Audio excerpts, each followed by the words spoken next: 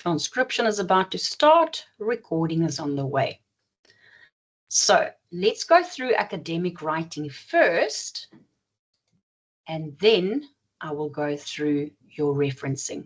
So just to go through the basics again, please remember your cover page must have a student name and surname, your student number, your lecturer's name and surname, the module code, and then the date on the actual PAS. You also need to have a table of contents. I will demonstrate to you now how do you get Word to do it for you. But you need to have one, and you need to have your pages, and the pages need to be in alignment. They can't be all over the show. This is the standard layout that we're going to use. Your font size has to be 12. You can use either Arial, Times New Roman, or Calibri. Those are the common ones that we use. You must have a 1.5 line spacing. I'm going to try to teach that to you guys just now as well. And I want it to be left margin aligned. Please let me use my laser. There we go. It must be left margin aligned. It must not be justified like it is over there. So please make sure that you use this one. So that just gives you a laydown of how it works. At the end, when I do the demonstration, I'll even show you how do we hang our references. So please take note, you must make sure that your grammar is set on South African English or British English. When you open a Word document, you will see that on the bottom left of the screen, there's generally indication of what language setting you have. Most computers are automatically set on US English, which is not allowed. That's where we've got all the Z's, and we've got things such as color without a U. So it's very important that you go and change that setting. One idea per paragraph, meaning that when you are starting with a new idea, start a new paragraph. It's better to have a lot of smaller paragraphs than one big paragraph that contains many different ideas, because it will affect your academic mark. Please take note, we don't make use of abbreviations in an essay of some sort. There are some things that we can abbreviate, such as Department of Basic Education can become the DBE, but that is an acceptable one that you do. We also don't have something such as contractions where they are, we make it there. You have to actually write it out. And then lastly, please remember, when you do talk about a number, there are 5 people in my group, then 5 will have to be FIVE. You're going to have to write it out. If it is over 10, so 11 plus, you can actually use the digits to indicate that. So before we go into referencing, I'm going to stop sharing this document with you. And then I'm going to take you into Word for Windows. I've just created a document that has got a whole lot of typing that I just copied from some website. If someone can please just turn their mic on to indicate to me whether you can see my screen. Because once I do a share, I can't really see if you're typing anything. Yes, okay. Okay, thank you. So here is, for argument's sake, your essay that you wanted to do. For whatever module, it doesn't matter. So the first thing we need to know is, you guys, okay, you guys get confused with this. I use this because it makes life easier. So this has got to go on a different page because that's the start of the essay. So this is my cover page. So on the cover page, it says that I must have my name and surname. So let's say it's going to be Joe Soap is the idea. The model, your ST, whatever your number is, goes next. Then goes your module code. So FOED 7411. Then you're going to say assignment 2. And now you're going to give me a PAS date, which is, for argument's sake, 8 April 2025. Now it's all sitting there. We want to make it look at least decent. So let me make it small. We're going to go here. We're going to play around with our font sizes. And now we just basically go and make it lower. Add some spaces. And that's a good enough, if I take this away, that's a good enough cover. You don't need much more than that. That is a perfect cover. So we want to do a page break here because I want to do a table of reference. But before I do that, let's first go play around a little bit in my article. Okay, so this is to do with inclusive education. I'm just going to create a random one here. So the first one I'm going to say is why we have issues. And I'm going to use heading number 1.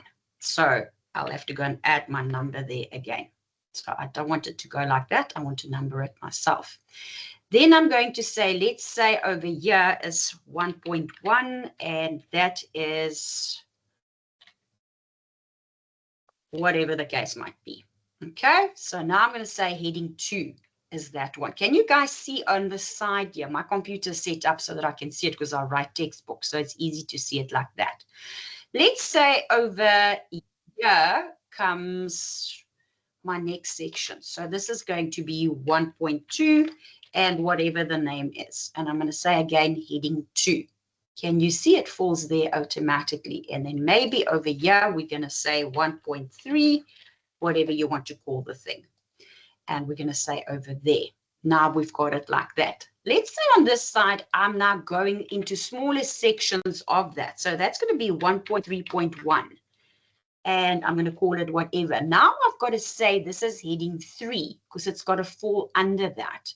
And here is another one, 1.3.2, whatever I want to call it. And that's it. So let's say that's what it is. My references, I also need to go and make a main heading because that's like a big deal. It's got to be in my reference list.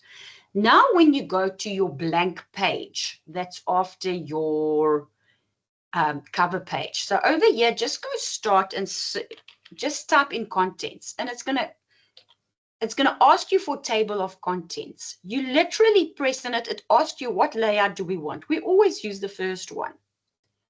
And there you have it. This is exactly what is in my contents page. My numbering is correct. My pages are correct. Everything's there. The only thing that you need to go and do is you need to go and add the word page over here so that it stands over there. Otherwise, it doesn't align with it. It does not automatically do that for you.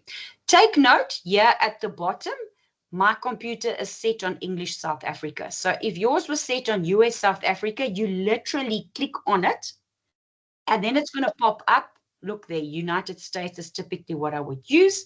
I will here then just select South African English and that would be it. So that is it. So now I've told you guys how to create that. Now let's go look at what is my font that I'm using. So this is Aptos for whatever the reason might be. So I want to just go press Control and A because then it highlights everything. And now I'm going to say to it, I want it to be, I prefer Arial. So there we go. I've now set it. Now everything is set to Arial.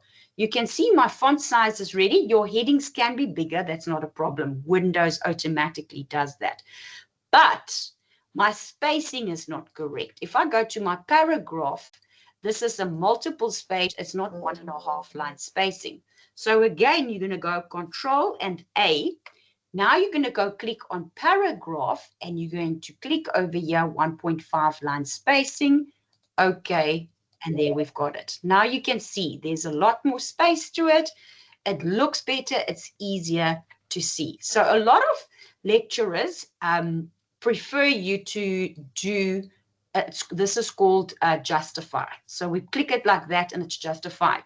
It looks better, but it does not mark easier. That is why I prefer you to have it left margin aligned. So how do I do it? I just highlight it and click on that. Most computers automatically use this setup. Okay, now last thing I'm going to demonstrate.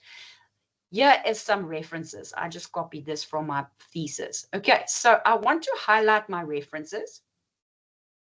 Then I'm going to go back to paragraph. And I am going to go to special. I'm going to click on that and I'm going to say hanging.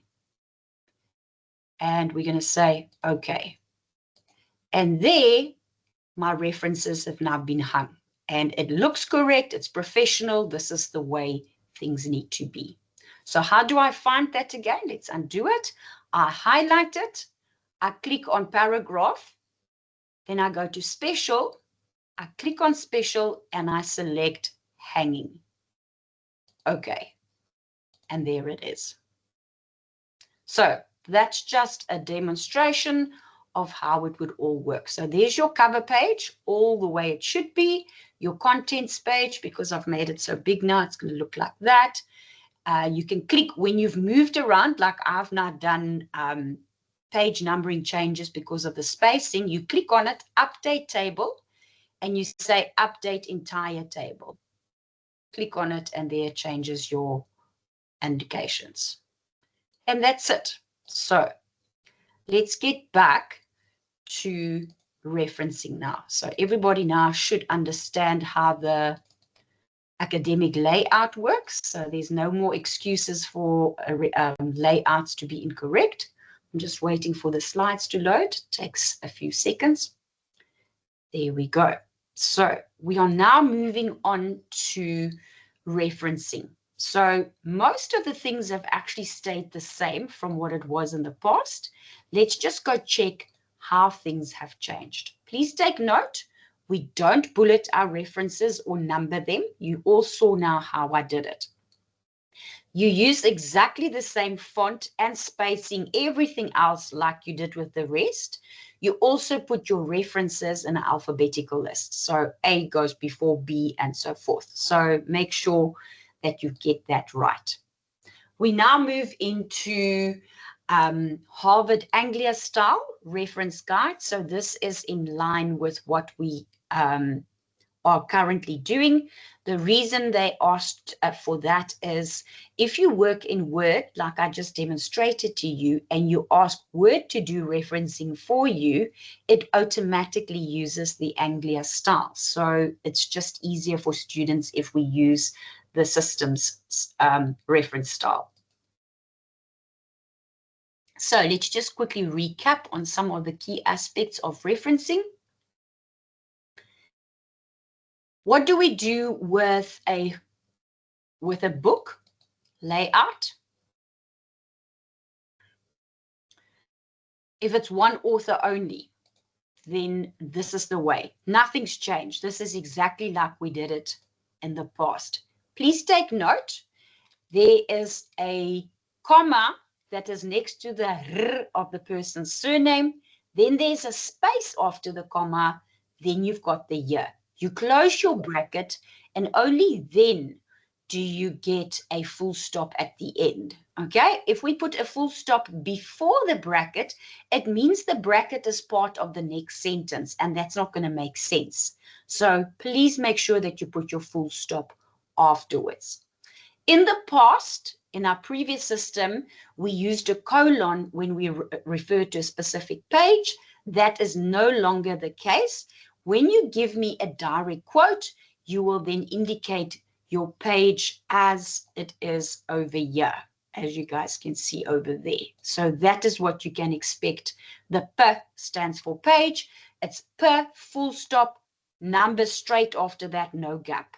Okay, please take note though, you cannot provide a page number if there's no direct quote. If you are not quoting from a source, there should not be a page number.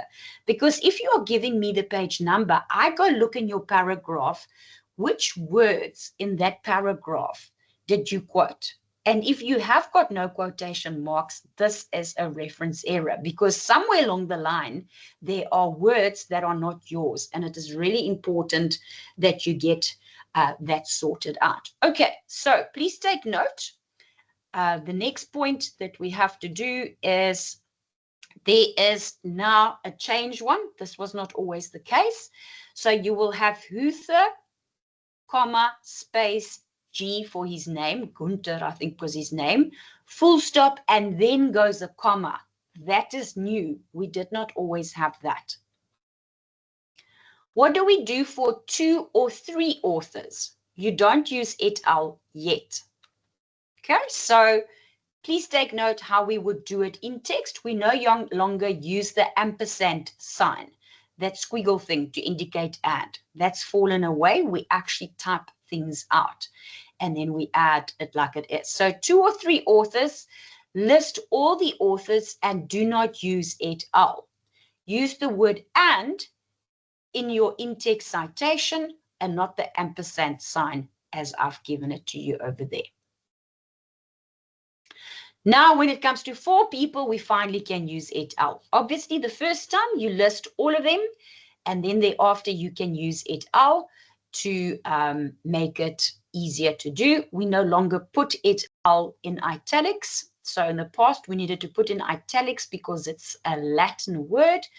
Latin is not really used today anymore, and that is why they've done away with it, that we no longer use the concept of italics for other languages. Next, we're going to go to a book that has been edited. Guys, I don't know if you recognize this, but if you go check in, what is this textbook that they're talking about here? This is our research textbook that they're talking about. So if you are referencing a chapter within a book, this is the way to do it. So just go look it up in your thing, in your reference guide, and know that you've got to reference it differently. For me, I'm perfectly okay with you just referencing the actual textbook. But if you want to be specific, you can reference the chapter within that specific textbook. Please take note, P stands for a single page. PP is used specifically when I refer to a chapter within a book because the chapter is going to be more than 1 page. When it comes to ebooks, if you guys can see those little, I call them in Afrikaans bakkies. They look like duck mouths. There's one and there's one. So it is the greater than, lesser than signs have to go on the sides of your references. Please take note, when it comes to YouTube videos, we don't reference them.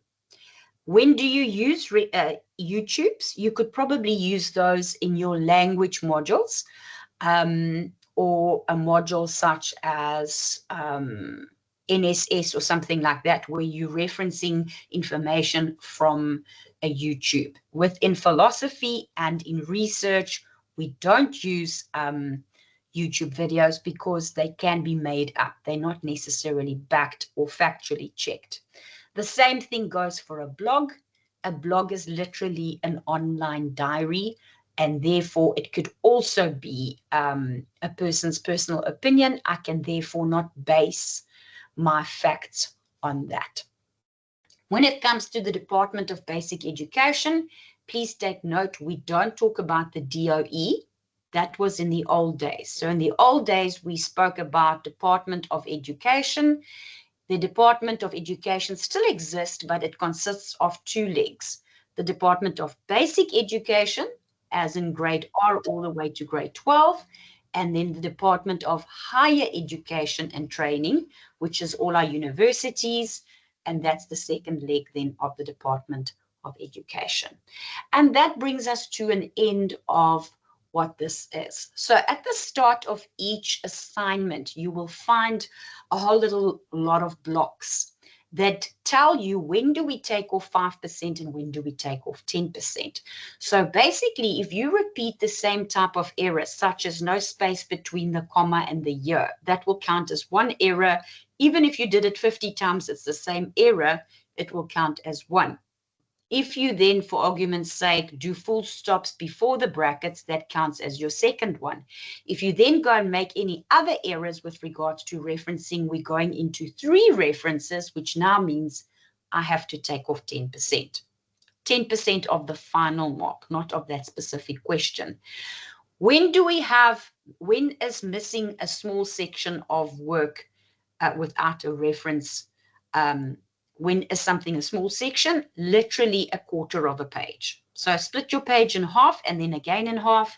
If there's such a section without any reference, you will then, it could be flagged. Look, in some circumstances, there is a word like you guys did for your FOED assignment 1 that basically required you to give me your personal philosophy. That was your own work, so there was no need for you to reference there.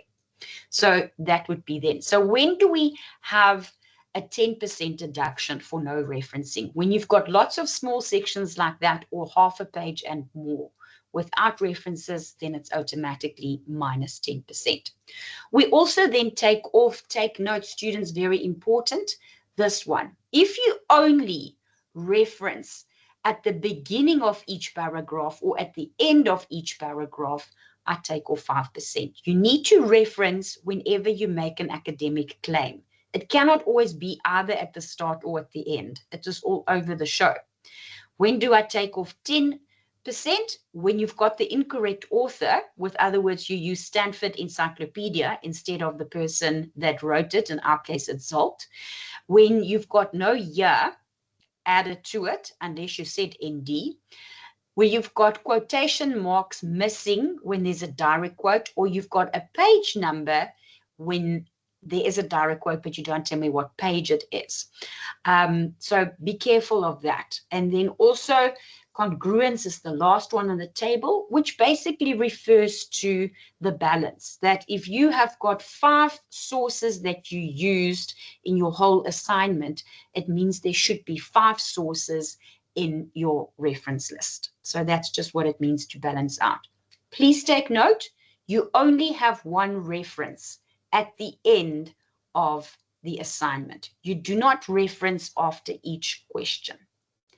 I hope this has been clear, and that brings me to the end of our referencing. I want to stop the recording so that I can upload this for other people that also want to find out about referencing.